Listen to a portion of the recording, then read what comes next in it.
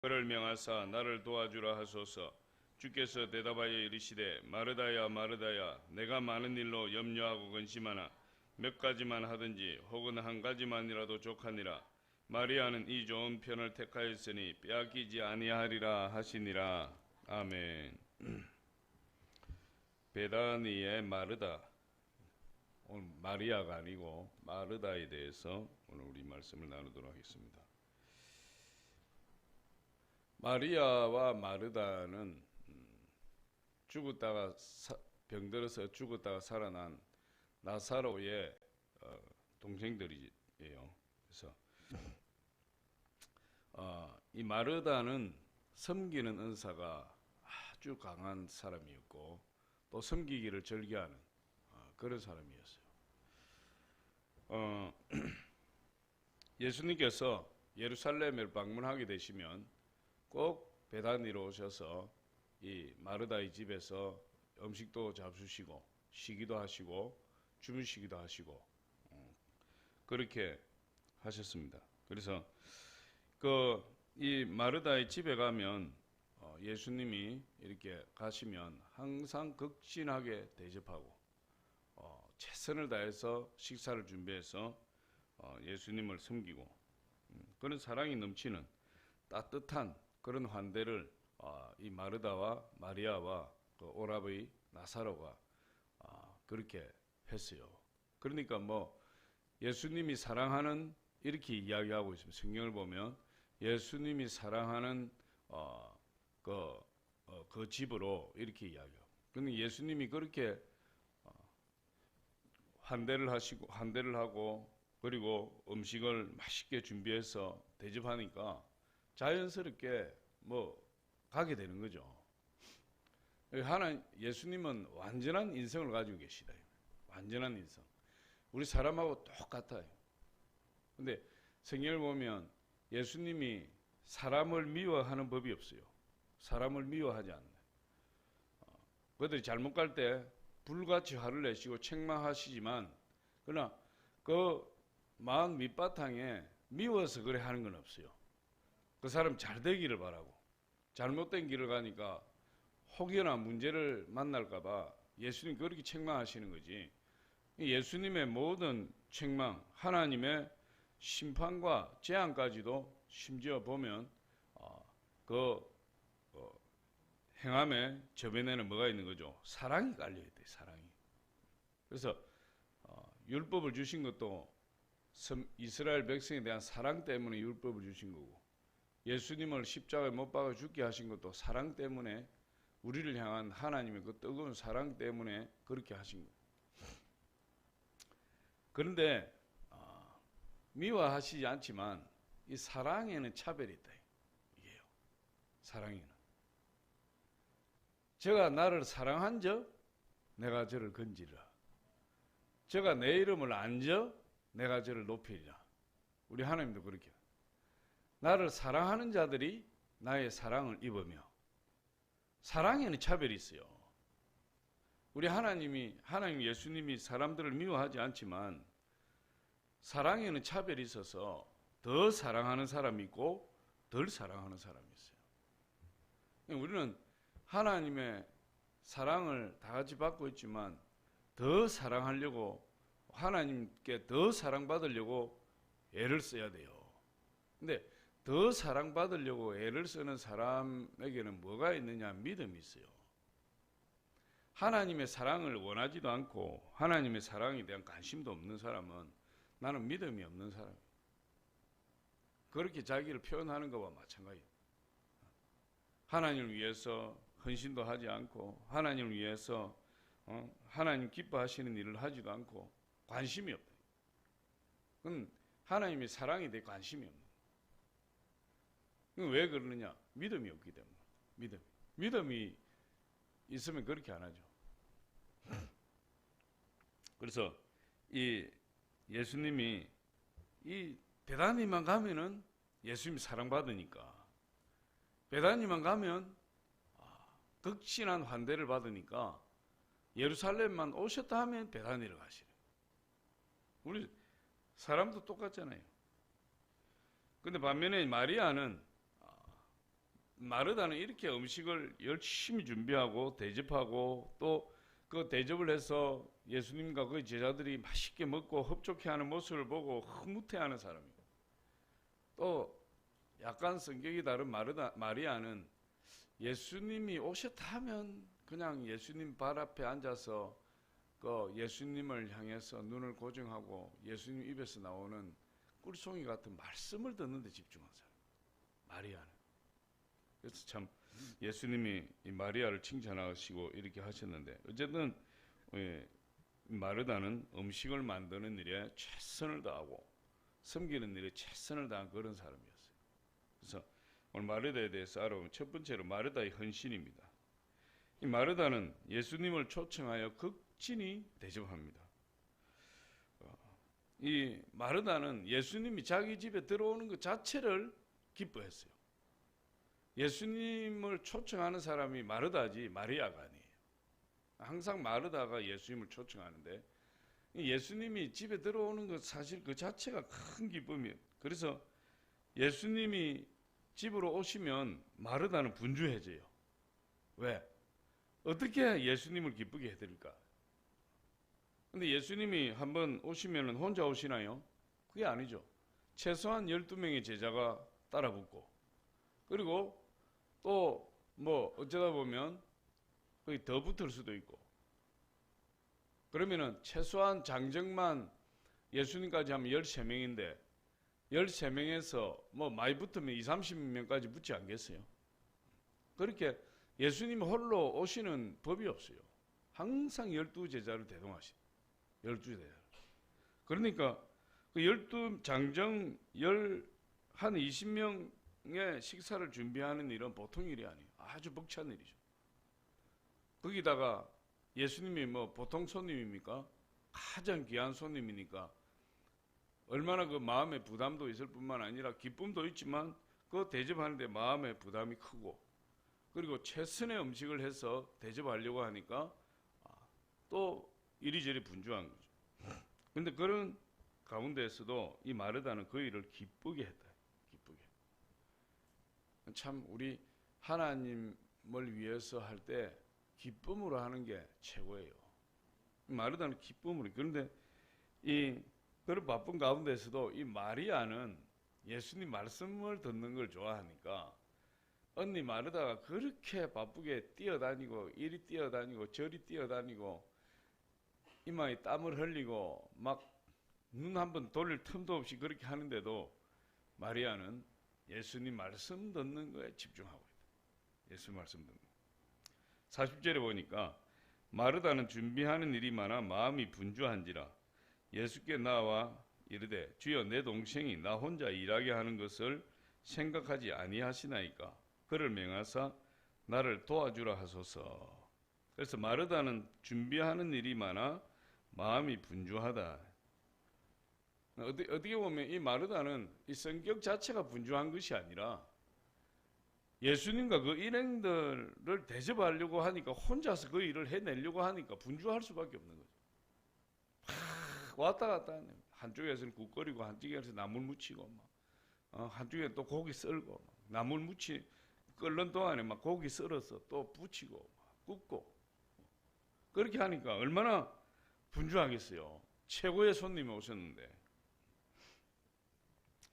예수님을 잘 대접해야 된다는 그 생각 때문에 마음이 분주하고 요리하는 일에 정신이 없는 그런 마르다였어요. 그런데 마르다는 그 일이 자기가 해야 될 일이라 이렇게 생각, 너무나 당연한 일이라고 여겼던 거죠. 그래서 마르다가 그 예수님을 대접하는 일에 헌신하는 것이 조금도 힘들다고 생각 안 했어요. 자기가 해야 될 일이고 그 일이 기쁨이기 때문에. 두 번째로 이 마르다의 희생을 보니까 마르다의 희생인데 이 마르다의 섬김 자체가 너무나 고귀한 일이죠. 예수님을 섬기는 일이니까. 사람을 그 정도로 섬겨도 그건 참 고상하고 고귀한 일인데 하나님이신 예수님을 그렇게 정성껏 헌신을 다해서 섬기는 건 아주 고귀한 일이에요. 마르다도 가만히 보면 이 마르다가 분주하게 다니기는 하지만 사실은 이 마르다가 하나님 말씀을 그러면은 하나님 말씀만 들으면은 저는 졸립고 하나님 말씀을 그냥 대수롭지 않게 생각하는 그런 사람이냐? 전혀 그렇지 않다는 거예요. 마르다도. 그렇다면 예수님을 그렇게 초청하고 싶어하고 예수님과 함께 있기를 원치 않겠죠. 마르다는 마리아 못지않게 하나님 말씀을 사랑하고 사모하고 예수님의 말씀을 듣기를 원해요. 이분이 마르다가 음식을 준비하는 일을 좋아하고 대접하는 일을 좋아하고 그런 은사를 가지고 있지만 그렇게 좋아한다고 해서 하나님 말씀을 등한시하느냐? 그렇지 않습니다. 그래서 이 마르다가 이 예수님의 식사를 준비하기 위해서 분주하다. 근데 그 분주한 것이 혼자서 그 많은 일을 하려니까 분주한 거죠. 근데 또 한번 이렇게 생각할 수 있지 않겠습니까? 왜 분주하냐? 빨리 이 많은 음식을 혼자서 준비하니까 분주하기도 하지만 자기도 빨리 이 음식을 만들어서 대접을 하고 예수님의 말씀을 듣고 싶은 마음이 있기 때문에 분주합니다. 마리아는 도와주지도 않고 저렇게 예수님 말씀을 좋아해서 발 앞에 앉아서 꼼짝도 하지 않는데 자기 혼자 이 많은 일을 해야 되니까 마음이 분주한 거죠. 그 반면에 빨리 이 일을 마무리하고 예수님 대접하고 자기도 마리아처럼 예수님 발 앞에 앉아서 그 말씀을 듣고 싶은 마음 때문에 분주한 거예요. 그렇게 생각할 수 있어요. 할렐루야. 그러니까 이 마르다는 예수님을 대접하는 일이 자기의 일이라고 생각해서 하는 일이죠. 왜? 자기조차도 하지 않으면 누가 대접합니까? 마리아는 마르다 입장에서 보면 이기적인 사람 아니에요. 말씀 듣는 걸 잠깐 중지하더라도 같이 음식을 만들고 빨리 준비해서 끝내면 둘이 같이 예수님 말씀을 들을 수가 있는데 그렇지 않고 마리아는 그냥 예수님께 막 찰떡같이 붙어가지고 떨어지지도 않고 있으니까. 그러니까 마르다는 말씀을 뭐 좋아하지 않아서 음식 만드는 일에 헌신하는 것이 아니고 마리아를 위해서 자기가 희생하는 거죠. 어떻게 보면. 그 동생이 말씀을 사모하고 좋아하니까 동생이 저 좋은 것을 선택했으니까 내가 조금이라도 희생을 하자. 그런 마음이 있는 거죠. 그러니까 그 많은 식사를 준비할 수 있는 거예요. 어떻게 보면 이 마르다는 아주 아름다운 마음씨를 가지고 있는 그런 사람입니다. 그렇게 이야기합니다. 이제 오늘 40절에 보니까 준비하는 일이 많아 마음이 분주한지라. 일을 하는데 분주함도 있지만 자기도 빨리 이 일을 끝내고 마리아처럼 예수님 말씀을 듣고 싶은 마음이 강했을 것이다. 그렇게 생각할 수 있어요. 그래서 이 마르다는 자기가 바쁨에도 불구하고 분주함에도 불구하고 마리아를 끌고 와서 자기 일을 도우라고 이렇게 채근하지 않고 그냥 묵묵히 자기가 희생하는 그런 아름다운 믿음을 가진 여인이었다. 이렇게 볼 수 있어요. 그 다음에 세 번째로 보니까 이 마르다는 불평 대신에 기도하는 사람입니다. 불평 대신. 마르다는 예수님을 섬기는 일에 기쁨을 느끼고 그 일을 즐거워하고 최선을 다하는 그런 사람이었어요. 뿐만 아니라 동생이 자신을 도와주지도 않고 예수님께 나가서 예수님 발 앞에 앉아서 말씀을 듣고 꼼짝도 하지 않고 있어도 그 마리아의 행동이 섭섭한 마음도 들었지만은 그러나 마리아에게 가서 자신의 감정을 드러내지 않았다. 우리가 하나님 일을 하다 보면 그런 경우가 많이 있어요. 나만 열심히 하는 것 같아. 나만 정신없이 하는데 다른 사람들은 한쪽에 앉아서 이야기꽃을 피우고 웃고 막 그렇게 하고. 그러면은 도대체 나만 열심히 하고 저 사람들은 뭐야? 도와주지도 않네? 눈길도 한번 주지도 않네? 그러면은 섭섭이 들어오는 거예요. 섭섭이 들어와서 당장이 쫓아가가지고 일손도 부족한데 와서를 좀 돕든지, 그렇지 않으면은 집으로 가든지 막 그렇게 싸대는 사람도 있다. 우리 교회 말고 저쪽에. 그리고 그렇게 안 하더라도 혼자서 열심히 하는데 다른 사람들이 돕지 않고 이렇게 있으면 속에서 그냥 부글부글 끓어올라가지고 마음속으로 내가 다시는 하나 봐라, 나도 이제 안 해야지, 그렇게 하기도 하고, 또 어떤 성질 급한 사람은 쫓아가서 싸우기도 하고. 하나님 일을 하면서 그냥 시끄러워진다. 하나님 일을 하면서. 그게 왜 그렇습니까? 불평불만이 생겨서 그렇다. 나는 하는데 다른 사람은 일 안 한다. 나만 하는 것 같아. 근데 불평불만이 생기는 거예요. 근데 마르다는 지금 보면 장정 20, 30명의 명분의 음식을 혼자서 하고 있대. 혼자서. 근데 마리아는 꼼짝도 하지 않고. 그런데 마르다가 그 동생에게 가서 자신의 감정을 드러내지 않았어요.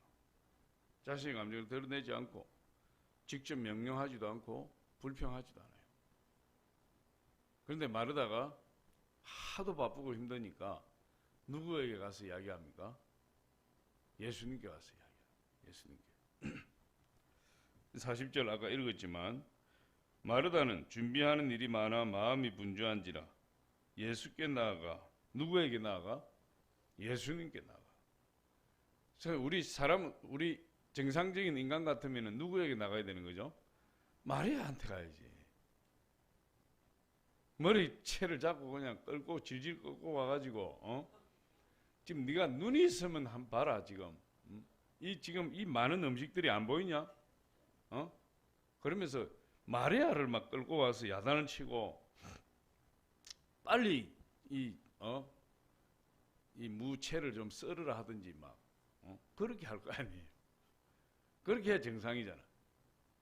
근데 여기서 마르다의 인품을 볼 수 있는 거예요. 예수님께 나갔다. 예수님께 나가서 부탁을 하는 거예요. 예수께 나아가 이르되 주여, 내 동생이 나 혼자 일하게 두는 것을 생각하지 아니하시나이까. 그를 명하사 나를 도와주라 하소서. 그러니까 이게 우리가 본받아야 될 점이에요. 우리는 감정이 복받치면 사람한테 퍼부어버린다. 사람한테. 감정이 복받치면 좀 억울하다 싶으면 그걸 참지 못하고 사람을 앞에 대놓고 야단을 치고 사람을 민망하게 만들고, 그러면은 어떻게 되겠습니까? 그 관계가 깨어지는 거죠. 관계가 깨어지면 교회 떠나는 겁니다.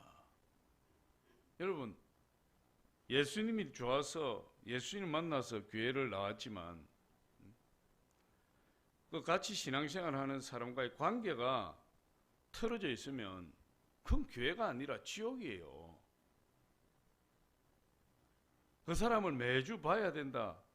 주일마다 봐야 된다. 일주일에 몇 번 봐야 된다. 끔찍한 일이야. 그렇지 않아요? 그러니까 초신자들, 새로 교회에 오는 사람들은 어떻게 생각하느냐?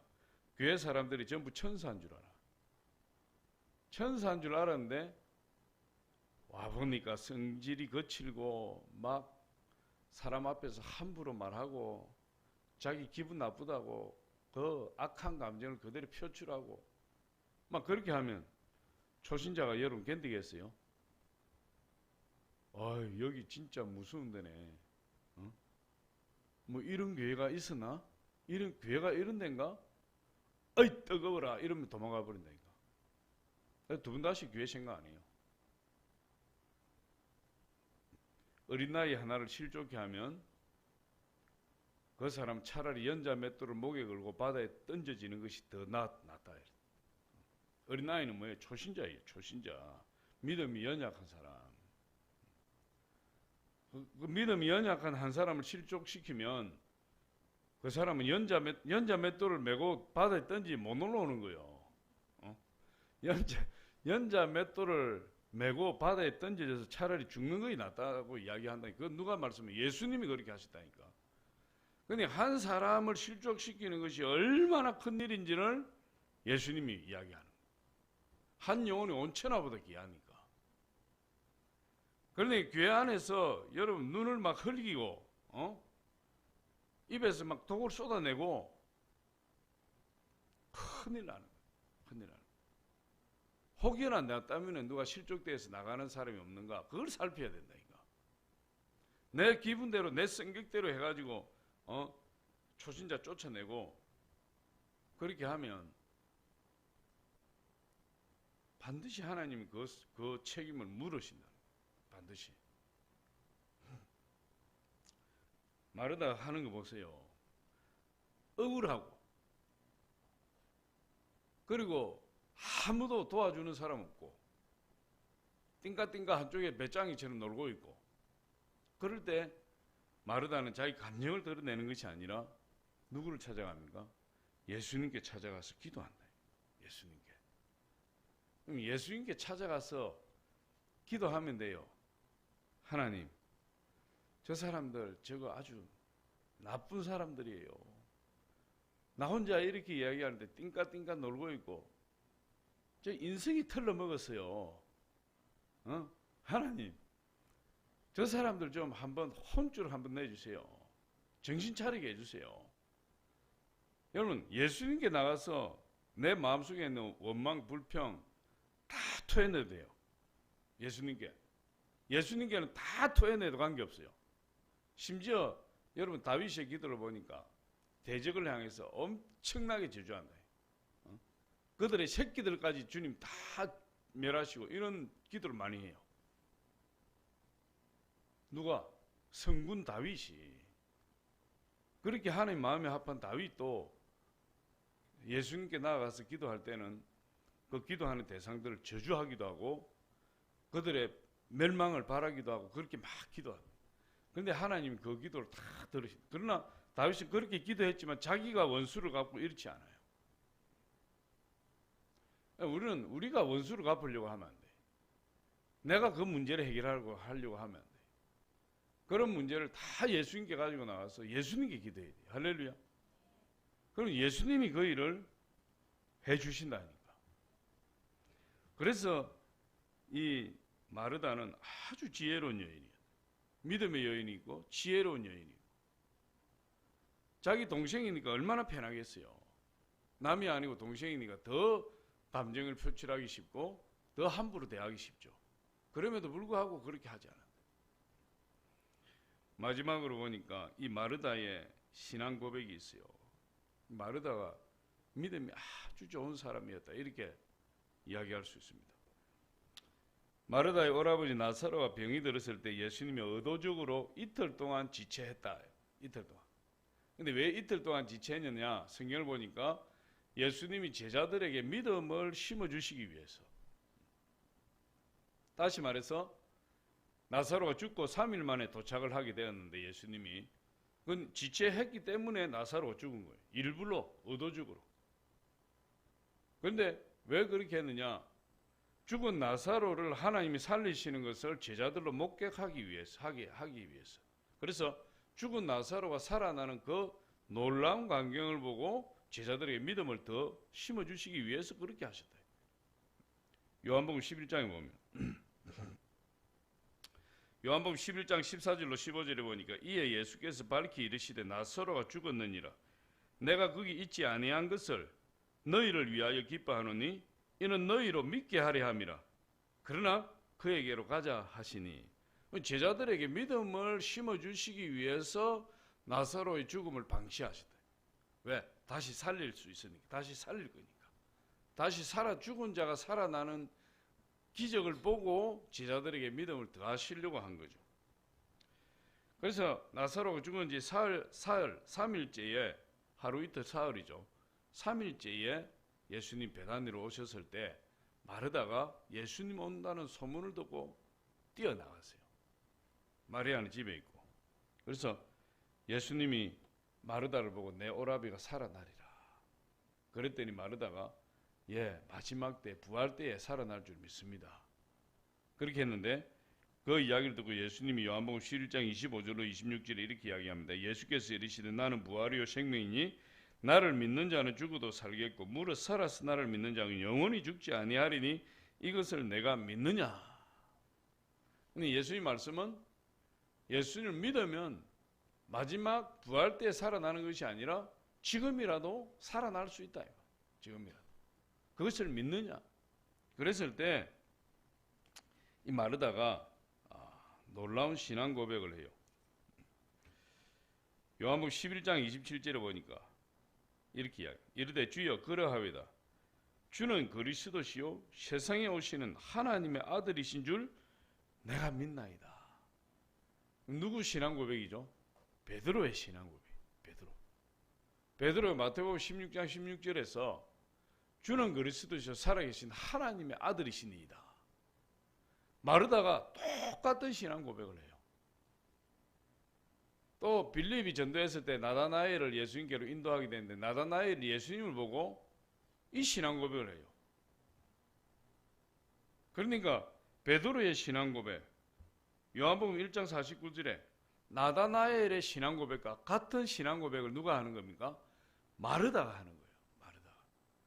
그러니까 우리 선입견을 가지고 있는 것처럼 마르다가 뭐 그냥 일하는 데만 정신이 팔린 그런 여자가 아니고 마리아 못지않게 하나님 말씀을 사랑하고 예수님을 사랑하고 그리고 그 뜨거운 믿음을 가지고 있던 여인이 바로 마르다다.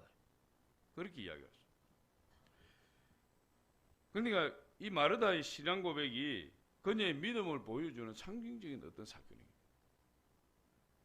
그런데 이제 보면 하나님을 섬기는 일, 하나님께 봉사하는 일을 하는 사람들은 믿음이 없는 사람이 하는 것이 아니라 믿음이 없는 사람은 오히려 하나님을 섬기고 하나님 봉사하는 일을 할 수가 없다. 믿음이 없는 사람. 그거 보더라도 마르다는 믿음이 좋은 여인이죠. 그래서 열심히 하나님을 섬기는 일, 하나님 말씀에 관심이 없는 사람은 하나님을 섬길 수가 없어요. 그건 자기 의로 하는 것이기 때문에 열심히 하다가 얼마 지나지 않아서 그냥 팽개친다. 그런 사람이 무지 많아요. 조금 열심히 하는 것 같은데 얼마 지나지 않아서 포기하고 손 놔버리고. 자기 의가 있기 때문에 믿음으로 하는 것이 아니라 하나님에 대한 사랑으로 하는 것이 아니라 자기 의로 가지고 자기 의는 인간의 의는 얼마 못 가요. 그건 체면 때문에 하는 거니까. 섬기는 일을 기뻐하는 사람은 성령 충만한 사람이고 믿음 충만한 사람이 하는 겁니다. 그 사실 하나만 보더라도 이 마르다는 아주 아름다운 믿음을 소유한 그런 여인이었다 이렇게 이야기할 수 있습니다. 그래서 히브리서 말씀을 보더라도 믿음이 없이는 주님을 기쁘시게 할 수 없나니. 할렐루야. 믿음이 없이는 하나님 앞에 봉사 못해요. 그래서 지금 마르다처럼 열심히 힘들게 주를 섬기는